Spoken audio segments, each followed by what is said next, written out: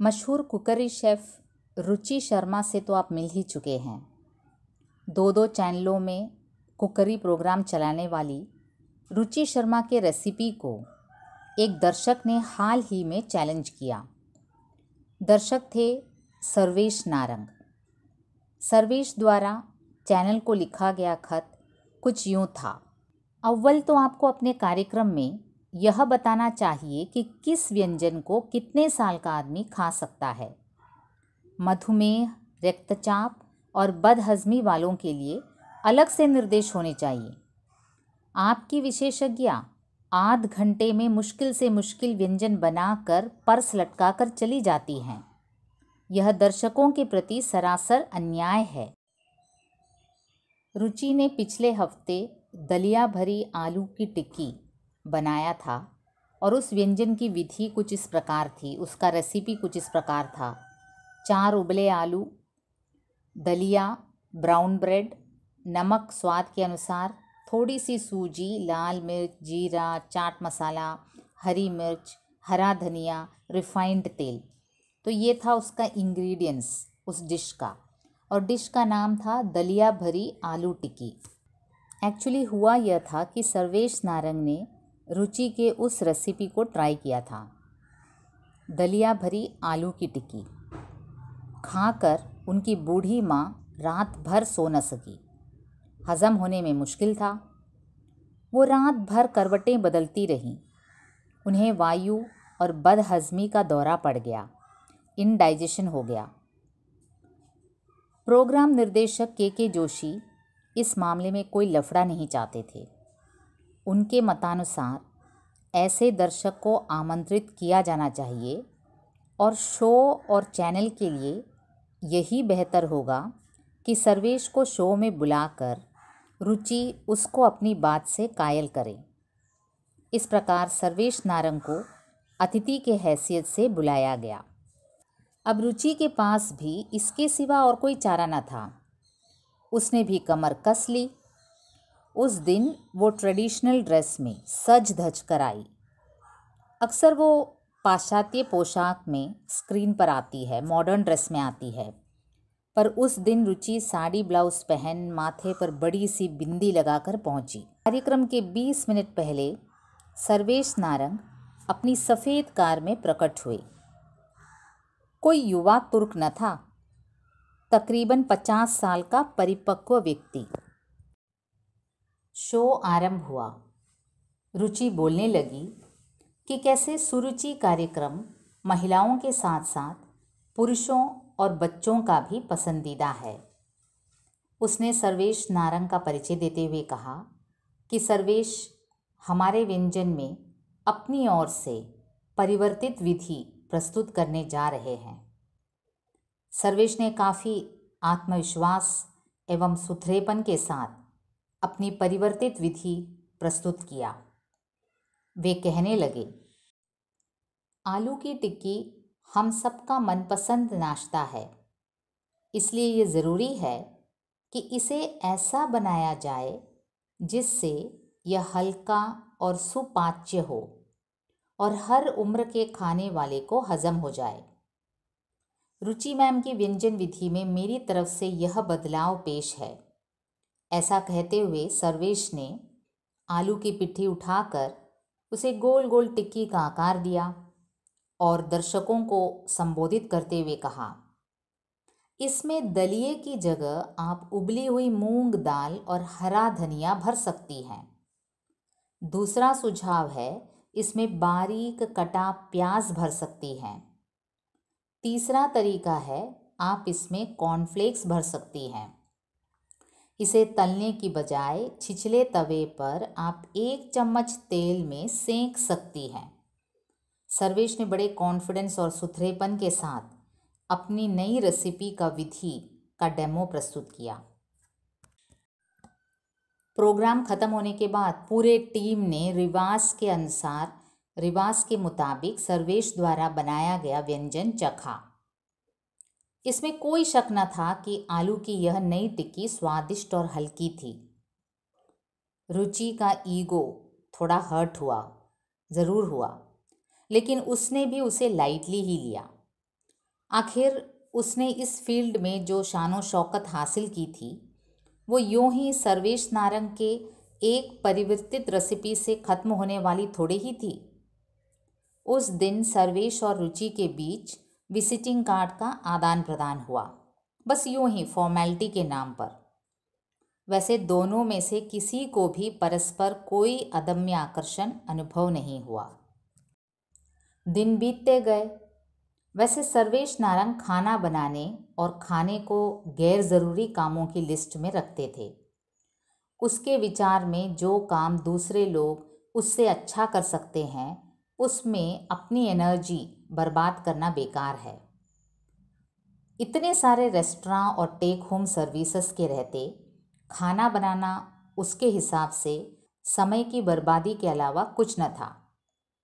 लेकिन वो रुचि का कुकरी शो दोनों चैनलों में नियमित रूप से देखता। उसे यही लगता कि रुचि की व्यंजन विधियों से ज़्यादा जानदार उसकी प्रस्तुति विधि है, उसका प्रेजेंटेशन स्टाइल। उसकी मुस्कान और हंसी में जीवंतता थी, आवाज़ में माधुर्य। वह जिस अदा से माइक्रोवेव ओवन खोल उसमें व्यंजन की ट्रे रखती या फिर प्लेट में खाना सजाती, उसके आगे व्यंजन का स्वाद क्या चीज़ था। 8 हफ्ते बाद यानी करीब 2 महीने बाद एकाएक स्वाद कार्यक्रम के लिए सर्वेश नारंग को बुलावा मिला। माँ चैनल के इस कार्यक्रम में सर्वेश नारंग को मेहमान का पकवान प्रस्तुत करना था।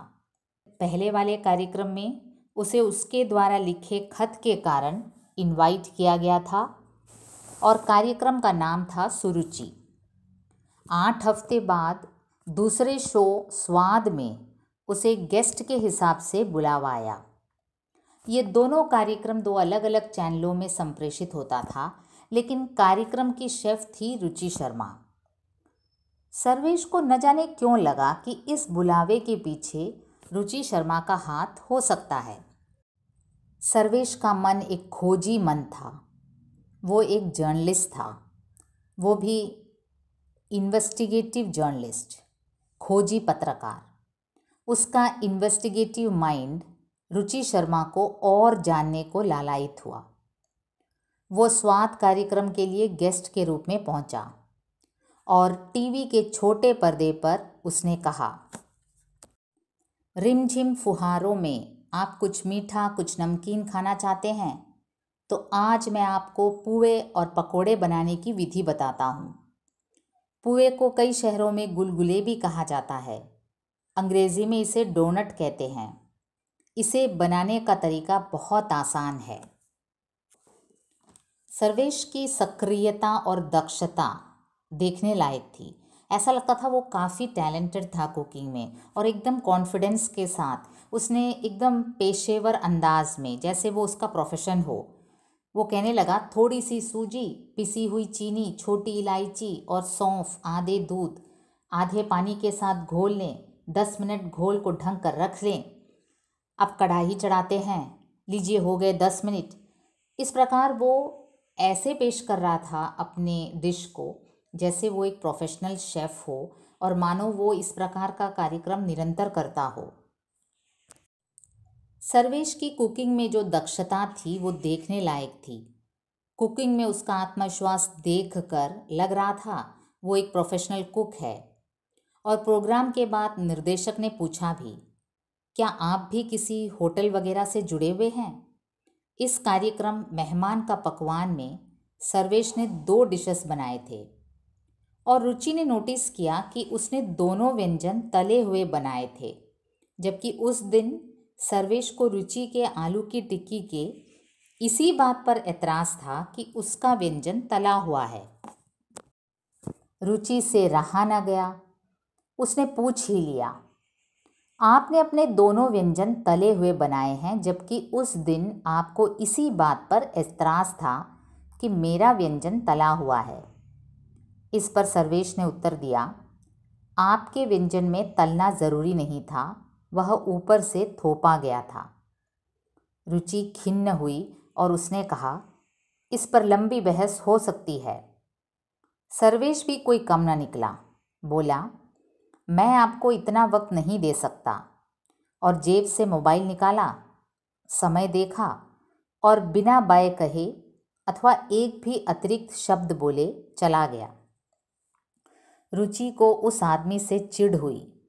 वो सोचने लगी, अच्छा भला पत्रकार है, अपने काम से अपने अखबार से मतलब रखें, उसके एरिया में अर्थात उसके कुकरी शो में भला ये क्यों टांग अड़ाता है।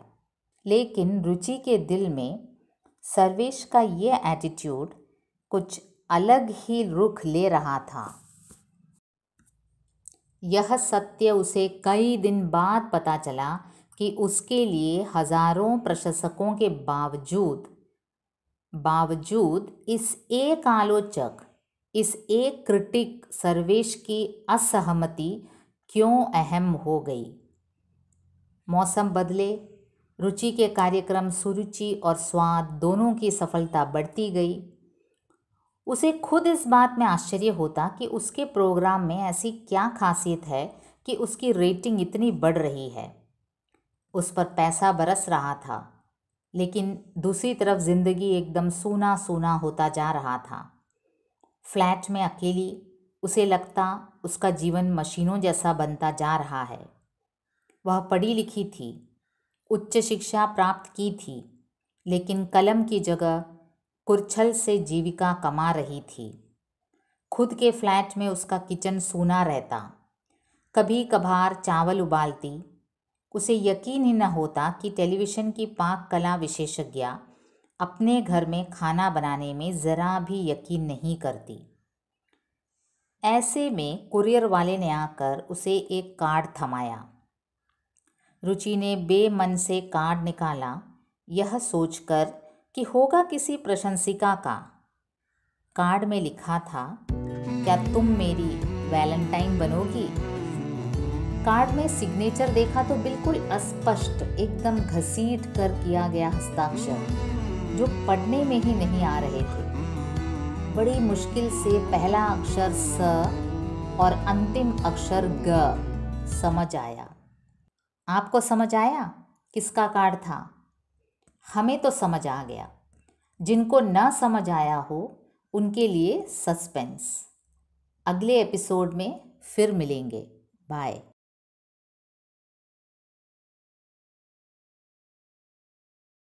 ഫേമസ് കുക്കറി ഷെഫ് രുചി ശർമ്മയെ പരിചയപ്പെട്ടല്ലോ. 2 ചാനലുകളിൽ കുക്കറി പ്രോഗ്രാം നയിക്കുന്ന രുചി ശർമ്മ. പാചക വിദഗ്ധയായ രുചി ശർമ്മയെ ഒരു പ്രേക്ഷകൻ ചാലഞ്ച് ചെയ്തിരിക്കുന്നു കത്തിലൂടെ. കത്ത് വളരെ രോക്ഷത്തോടെ എഴുതിയ ഒന്നായിരുന്നു. കത്ത് ഇങ്ങനെ പോകുന്നു.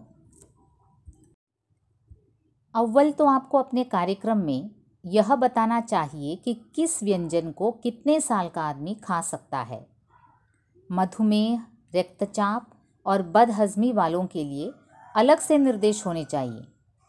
आपकी विशेषज्ञा आध घंटे में मुश्किल से मुश्किल व्यंजन बनाकर पर्स लटकाकर चली जाती हैं. यह दर्शकों के प्रति सरासर अन्याय है. കത്ത് ചാനൽ ക്രൂ വായിച്ച് വിലയിരുത്തി. രുചിക്ക് കത്തിൻ്റെ ഉള്ളടക്കം കേട്ടിട്ട് അരിശം വന്നു. അവർ പറഞ്ഞു, ഈ പ്രോഗ്രാം ഹെൽത്ത് ഫുഡ് പ്രോഗ്രാം ഒന്നുമല്ല. സാമാന്യ ആരോഗ്യസ്ഥിതിയുള്ള നോർമൽ ഹെൽത്തി ആൾക്കാർക്ക് വേണ്ടിയുള്ളതാണ്. പാചകം താല്പര്യമുള്ള നോർമലായിട്ടുള്ള ഹെൽത്തി ആയിട്ടുള്ള ആൾക്കാർക്ക് വേണ്ടിയുള്ള ഒരു പ്രോഗ്രാമാണ്. അങ്ങനെ അങ്ങ് മറുപടി എഴുതാനായിരുന്നു രുചിക്ക് താല്പര്യം. പക്ഷേ പ്രോഗ്രാം ഡയറക്ടർ കെ കെ ജോഷിയുടെ അഭിപ്രായം മറിച്ചായിരുന്നു. അവർക്കവരുടെ പ്രോഗ്രാമിൻ്റെ റേറ്റിംഗ് ആണ് കൂടുതൽ താല്പര്യം. അതുകൊണ്ട് തന്നെ കെ ജോഷിയുടെ അഭിപ്രായത്തിൽ ഇങ്ങനെ വിമർശിച്ച് കത്തെഴുതിയ പ്രേക്ഷകനെ ചാനലിൽ ഇൻവൈറ്റ് ചെയ്തിട്ട് അദ്ദേഹത്തിൻ്റെ പാചകവിധി, ഈ രുചി പറഞ്ഞ പാചകവിധിയിൽ നിന്ന് വ്യത്യസ്തമായി എന്താണ് അദ്ദേഹം കാണിക്കാൻ ഉദ്ദേശിക്കുന്നത് അത് കേൾക്കുകയാണ് നല്ലത്. അവരുടെ ചാനലിന് അത് ഗുണമേ ചെയ്യൂ. രുചിക്കും ആ അഭിപ്രായത്തോട് വഴങ്ങേണ്ടി വന്നു. അങ്ങനെ സുരുചി പ്രോഗ്രാമിൽ ഈ കത്തെഴുതിയത് സർവേഷ് നാരംഗായിരുന്നു. ഈ പ്രേക്ഷകനെ ഇൻവൈറ്റ് ചെയ്യുകയുണ്ടായി. ഈ വിവാദമായ ഡിഷ് ദലിയ ഭരി ആലു കി ടിക്കി, അതായിരുന്നു ആ ഡിഷ്. അതിൻ്റെ റെസിപ്പിയാണ്. ആ ഡിഷ് സർവേഷ് നാരംഗ് തൻ്റെ വീട്ടിൽ ട്രൈ ചെയ്യുകയും തൻ്റെ പ്രായമായ അമ്മയ്ക്ക് അത് ഭക്ഷിക്കാൻ കൊടുക്കുകയും അത് അമ്മയ്ക്ക് ദഹനക്കേടുണ്ടാക്കുകയും രാത്രി മുഴുവനും അമ്മയ്ക്ക് അത് ബുദ്ധിമുട്ടുണ്ടാക്കുകയും സർവേഷ് നാരംഗ് അതുകൊണ്ടാണ് ഈ കത്ത് വിമർശിച്ച് എഴുതിയത്. കാരണം അദ്ദേഹം പറയുന്നത് ഈ നിങ്ങളുണ്ടാക്കുന്ന ഭക്ഷണം ആർക്കൊക്കെ കഴിക്കാൻ പറ്റും, പ്രായമായവർക്ക് കഴിക്കാമോ, ഷുഗറിൻ്റെ അസുഖമുള്ളവർക്ക് കഴിക്കാമോ, ഡയബറ്റിക് പേഷ്യൻസിന് കഴിക്കാമോ, പ്രഷറുള്ളവർക്ക് കഴിക്കാമോ, അങ്ങനെയും കൂടെ പറയേണ്ടത് അത്യാവശ്യമാണെന്ന്. അല്ലാതെ വെറുതെ 2 ഡിഷ് ഉണ്ടാക്കി നിങ്ങളുടെ അവതാരകയെ അങ്ങ് ബാഗും തൂക്കി പോവുക, അതത്ര ശരിയുള്ള ഏർപ്പാടല്ല എന്നാണ് സർവേഷ് നാരംഗ് കത്തിൽ പ്രതിപാദിച്ചത്. TV ചാനലുകാർക്ക് ഇതൊരു ഇഷ്യൂ ആക്കാൻ താല്പര്യമില്ലായിരുന്നു. അങ്ങനെ സർവേഷ് നാരംഗിനെ ഇവർ ഷോയിലേക്ക് വിളിച്ചു. നാരംഗ് ഷോയിൽ വന്ന് വളരെ നല്ല പെർഫോമൻസ് ആയിരുന്നു. അദ്ദേഹത്തിൻ്റെ പെരുമാറ്റവും ആ ഡിഷ് ഉണ്ടാക്കുന്ന രീതിയും എല്ലാം കണ്ടാൽ നമുക്ക് തോന്നും അദ്ദേഹം സ്വയം ഒരു ഷെഫാണെന്ന്. വളരെ തന്മയത്വത്തോടുകൂടി പ്രേക്ഷകരെ കീഴടക്കുകയും ചെയ്തു. ആ ഉണ്ടാക്കിയ ആ ദലിയ ഭരി ആലു കി ടിക്കിയിൽ ഇൻഗ്രീഡിയൻസിൽ മാറ്റം വരുത്തി അത് ഫ്രൈ ചെയ്യാതെ അതിൽ വളരെ കുറച്ച് എണ്ണയിൽ അത് പാചകം ചെയ്യുകയും പതിവ് പോലെ പാചകം ചെയ്ത ഡിഷ് എല്ലാവരും രുചിച്ച് നോക്കുകയും എല്ലാവർക്കും അത് വളരെ ഇഷ്ടപ്പെടുകയും ചെയ്തു. അങ്ങനെ സർവേഷ് നാരംഗ് ആ ഷോ കീഴടക്കി. ഇത് രുചി ശർമ്മയുടെ മനസ്സിൽ അല്പം ബുദ്ധിമുട്ടുണ്ടാക്കി കാണും. കാരണം ഇത്രയും ഫേമസ് ആയ ഒരു ഷെഫ്, ഇത്രയധികം പാചക വിധികളുടെ ബുക്സ് എഴുതിയ ഷെഫ്, 2 പ്രോഗ്രാമുകൾ നടത്തുന്ന ഷെഫ്, എന്നിട്ട് കൂടി ആ ഒരു ഡിഷിനെ ചാലഞ്ച് ചെയ്തൊരു വ്യക്തി അതിനേക്കാൾ നല്ല രീതിയിൽ നല്ല ഓപ്ഷൻസ് വെച്ചിട്ട് ഒരു ഡിഷ് ഉണ്ടാക്കുക, അതിന് റെസിപ്പി ഉണ്ടാക്കുക, അത് രുചിക്ക് ബുദ്ധിമുട്ടുണ്ടാക്കി. എന്നിരുന്നാലും രുചി അത് വളരെ ലൈറ്റായിട്ടാണ് എടുത്തത്. കാരണം രുചിക്കറിയാം വളരെ നാളിൻ്റെ പരിശ്രമത്തിന് ശേഷം ഉണ്ടാക്കിയൊരു ഓഡിയൻസാണ് രുചിക്കുള്ളത്. രുചിയുടെ പ്രസൻറ്റേഷൻ ഇഷ്ടപ്പെടുന്ന ഒരുപാട് ആരാധകരുണ്ട്. രുചിയുടെ കുക്കറി ബുക്സ് ഇപ്പോഴും നല്ല സെയിലാണ്. ഈ പ്രോഗ്രാമിന് നല്ല റേറ്റിംഗ് ആണ്. അതുകൊണ്ട് തന്നെ ഒരു വിമർശകൻ്റെ ഒരു കത്തിലൂടെ ഒന്നും രുചിയുടെ കോൺഫിഡൻസ് തകരാൻ പോകുന്നില്ലായിരുന്നു. അപ്പോൾ രുചിയും വളരെ കോൺഫിഡൻ്റായിട്ട് തന്നെ മുന്നോട്ട് നീങ്ങി. പ്രോഗ്രാം കഴിഞ്ഞ് രുചിയും സർവേഷും തമ്മിൽ വിസിറ്റിംഗ് കാർഡ്സ് കൈമാറി. ഇതൊരു ഫോർമൽ പ്രോസസ്സ് പോലെയായിരുന്നു. രണ്ടുപേർക്കും പരസ്പരം ആകർഷണം തോന്നത്തക്ക രീതിയിലൊന്നും തന്നെ ഇല്ലായിരുന്നു. അവർ പരസ്പരം കാർഡ് കൈമാറി പിരിയുകയും ചെയ്തു.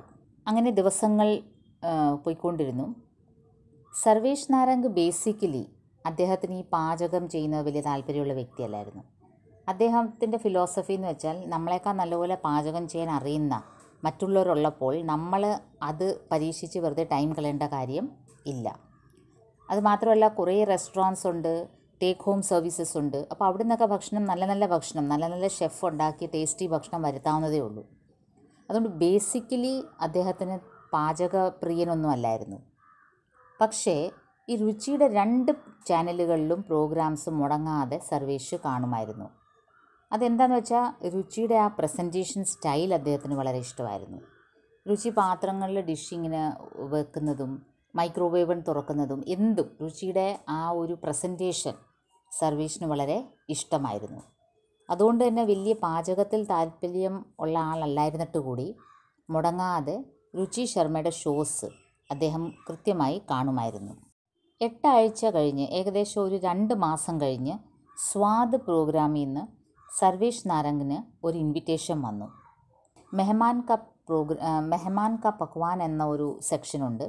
അതിൽ ഗസ്റ്റുകളെ വിളിച്ചിട്ട് അവരുടെ ഇഷ്ടമുള്ള ഡിഷ് അവിടെ പാചകം ചെയ്യിക്കാറുണ്ട്. അപ്പോൾ ഈ കത്ത് കിട്ടിയപ്പോൾ സർവേഷ് നാരങ്ങിന് പെട്ടെന്ന് മനസ്സിൽ വന്നത് ഈ ചാനലിലും രുചി ശർമ്മയാണ് ഈ പ്രോഗ്രാം ലീഡ് ചെയ്യുന്നത്. അപ്പോൾ എന്നെ ഇങ്ങനെ വിളിച്ചതിൽ രുചി ശർമ്മയ്ക്ക് എന്തെങ്കിലും ഒരു താല്പര്യം കാണും എന്ന് സർവേഷ് നാരങ്ങിൻ്റെ ഇൻവെസ്റ്റിഗേറ്റീവ് മൈൻഡ് പ്രവർത്തിച്ചു. അദ്ദേഹം സ്വയം ഒരു ജേർണലിസ്റ്റായിരുന്നു, ഒരു പത്രകാരനായിരുന്നു. എന്ന് മാത്രമല്ല അദ്ദേഹം ഒരു ഖോജി പത്രക്കാരനായിരുന്നു, എന്ന് വെച്ചാൽ ഇൻവെസ്റ്റിഗേറ്റീവ് ജേർണലിസ്റ്റായിരുന്നു. അയാളുടെ മൈൻഡ് അതുകൊണ്ട് തന്നെ എപ്പോഴും ഒരു ഇൻവെസ്റ്റിഗേറ്റീവ് മൂഡിൽ ട്യൂൺഡാണ്. മനസ്സിൽ അദ്ദേഹത്തിന് രുചി ശർമ്മയെ പറ്റി കൂടുതൽ അറിയാനുള്ളൊരു ആഗ്രഹം വന്നു തുടങ്ങി. അങ്ങനെ സ്വാദ് പ്രോഗ്രാമിലും സർവേഷ് നാരങ് ഒരു ഗസ്റ്റ് എന്ന നിലയ്ക്ക് എത്തി. അവിടെയും അദ്ദേഹം തൻ്റെ പാചകത്തിൻ്റെ കഴിവ് വളരെ മനോഹരമായി പ്രദർശിപ്പിച്ചു. വളരെ കോൺഫിഡൻറ്റോടുകൂടി ഒരു പ്രൊഫഷണൽ കുക്ക് പോലെ തന്നെ. പ്രോഗ്രാം കഴിഞ്ഞ് ഡയറക്ടർ ചോദിക്കുകയും ചെയ്ത് താങ്കൾ ഏതെങ്കിലും ഹോട്ടലുമായിട്ട് ലിങ്ക്ഡ് ആണോ എന്ന്. പക്ഷേ രുചി അവിടെ ശ്രദ്ധിച്ചത് വേറൊരു കാര്യമാണ്. രുചി ശ്രദ്ധിച്ചത് ഈ പ്രോഗ്രാമിൽ 2 ഡിഷാണ് സർവേഷ് നാരങ് പ്രസൻറ്റ് ചെയ്തത്. ആ 2 ഡിഷിലും അദ്ദേഹം ഫ്രൈ ചെയ്തിട്ടുള്ള ഡിഷസാണ് പ്രസൻറ്റ് ചെയ്തത്. രുചി ഇതേപോലെ ആലു കി ടിക്കി ഫ്രൈ ചെയ്തുണ്ടാക്കിയതായിരുന്നു സർവേഷ് നാരങ് ഏറ്റവും അധികം ക്രിട്ടിസൈസ് ചെയ്തത്. അപ്പോൾ രുചി ആ പോയിന്റിലേക്ക് വന്നു. രുചി ചോദിച്ചു, ഈ 2 ഡിഷും നിങ്ങൾ ഫ്രൈ ചെയ്താണ് ഉണ്ടാക്കിയത്. അപ്പോൾ അന്ന് ഞാൻ ആ ഡിഷ് ഉണ്ടാക്കിയപ്പം അത് ഫ്രൈഡ് ആണ്, അത് ഹെൽത്തി അല്ല, അത് ഇൻഡൈജഷൻ ഉണ്ടാക്കും എന്നൊക്കെ പറഞ്ഞല്ലേ ക്രിട്ടിസൈസ് ചെയ്തത്. സർവേഷ് നാരങ് വളരെ ബുദ്ധിപൂർവ്വം മറുപടി പറഞ്ഞു, ആ ഡിഷിന് അന്നുണ്ടാക്കിയ ആലു കി ടിക്കിക്ക് ഫ്രൈ ചെയ്യണമെന്ന് നിർബന്ധമില്ലായിരുന്നു.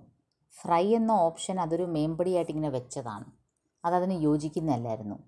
പക്ഷേ ഇന്ന് ഞാൻ ചെയ്ത ഡിഷ് ഫ്രൈ ചെയ്താണ് ഉണ്ടാക്കേണ്ടത്. ഈ മറുപടി രുചിക്ക് അത്ര ഇഷ്ടപ്പെട്ടില്ല. ഇതിനെ ചൊല്ലി ഒരു ഡിബേറ്റ് ആകാം എന്ന് രുചി പറഞ്ഞപ്പോൾ സർവേഷ് നാരങ് പറഞ്ഞു, എനിക്കിതിൽ ഡിബേറ്റ് ചെയ്ത് നിൽക്കാനൊന്നും സമയമില്ല. എന്നിട്ട് വളരെ ആറ്റിറ്റ്യൂഡ് കാണിച്ചിട്ട് അദ്ദേഹം തൻ്റെ വാച്ചിൽ സമയം നോക്കി, ഫോണും നോക്കി ഒറ്റപ്പോക്ക് അങ്ങ് പോയി. അപ്പോൾ ഒരു ബൈ പോലും പറയാതെ അദ്ദേഹം അങ്ങ് പോയി. രുചിക്ക് അയാളോട് അങ്ങ് ദേഷ്യവും, അയാൾ എന്തിനാണ് ഈ ഒരു ജേർണലിസ്റ്റായിട്ട് രുചിയുടെ ഫീൽഡിൽ വന്നിങ്ങനെ പ്രശ്നം ഉണ്ടാക്കുന്ന, അങ്ങനത്തെ കുറേ ചിന്തകൾ രുചിയുടെ മനസ്സിൽ വന്നു. പക്ഷെ രുചി അറിയാതെ തന്നെ അവരുടെ മനസ്സിൽ സർവേഷ് നാരങ് ഒരു സ്ഥാനം പിടിക്കുന്നുണ്ടായിരുന്നു. ഇത്രയധികം ആരാധകരുള്ള രുചി ശർമ്മയ്ക്ക് ഈ ഒരു ഒറ്റ ക്രിട്ടിക് സർവേഷ് നാരങ്ങിനെ ശ്രദ്ധിക്കാൻ രുചിനെ പ്രേരിപ്പിച്ചുവോ എന്ന് രുചിക്ക് തന്നെ പിന്നീടാണ് മനസ്സിലായത്. അങ്ങനെ ദിവസങ്ങൾ പോയി. രുചിയുടെ 2 പ്രോഗ്രാംസും സുരുചി, സ്വാദ് രണ്ടും വളരെ സക്സസ് ആയിട്ട് ഇങ്ങനെ ഓടിക്കൊണ്ടിരിക്കുകയാണ്. രുചിക്ക് സ്വയം അതിശയം തോന്നും, അവരുടെ പ്രോഗ്രാമിന് എന്താണ് ഇത്ര പ്രത്യേകത, ഇത്രയധികം സക്സസ് റേറ്റ് വരാൻ അവരെന്താണ് കാട്ടിക്കൂട്ടുന്നതെന്ന് അവർക്ക് തന്നെ അതിശയം തോന്നും. അങ്ങനെ വരുമാനം വളരെയധികം ഉയർന്നെങ്കിലും മാനസികമായിട്ടൊരു ഡിപ്രഷൻ അവർക്ക് തോന്നി തുടങ്ങി. കാരണം ഫ്ലാറ്റിൽ ഒറ്റയ്ക്ക് ജീവിക്കുന്നു, ഒരു യന്ത്രം പോലെ ജീവിക്കുന്നു, വീട്ടിലെ കിച്ചണിൽ പാചകം ഒന്നും തന്നെ ഇല്ല, വളരെ റെയറായിട്ടാണ് പാചകം നടക്കുന്നത്. ഇങ്ങനെയൊക്കെ തട്ടിയും മുട്ടിയും ഭക്ഷണം കഴിച്ച് ജീവിക്കുന്നു. അങ്ങനെയിരിക്കെ കൊറിയറുകാരൻ ഒരു കാർഡ് വന്ന് കൊടുത്തു. അപ്പോൾ രുചി വിചാരിച്ച എന്താണ്, ഏതെങ്കിലും ഒരു ഫാൻസിൻ്റെ, ഏതെങ്കിലും ഒരു ലേഡി ഫാനിൻ്റെ കത്തായിരിക്കും, കാർഡായിരിക്കും. തുറന്നു നോക്കിയപ്പോൾ എന്താണ് എഴുതിയിരിക്കുന്നത്, ക്യാ തും മേരി വാലന്റൈൻ ബനോഗി. ആരാണ് എഴുതിയെന്ന് നോക്കുമ്പം വളരെ അസ്പഷ്ടമായി ഒപ്പിട്ടിരിക്കുന്നു. ഒപ്പിൻ്റെ സ്റ്റാർട്ടിംഗ് ലെറ്റർ സ, എൻഡ് ലെറ്റർ ഗ. നിങ്ങൾക്ക് മനസ്സിലായോ ആരുടെ കാർഡാണെന്ന്? ഞങ്ങൾക്ക് മനസ്സിലായി. മനസ്സിലാവാത്തവർക്ക് വേണ്ടി ഇതൊരു സസ്പെൻസാണ്. അപ്പം അടുത്ത എപ്പിസോഡിൽ നമുക്ക് ഇനിയും കാണാം. നന്ദി, നമസ്കാരം.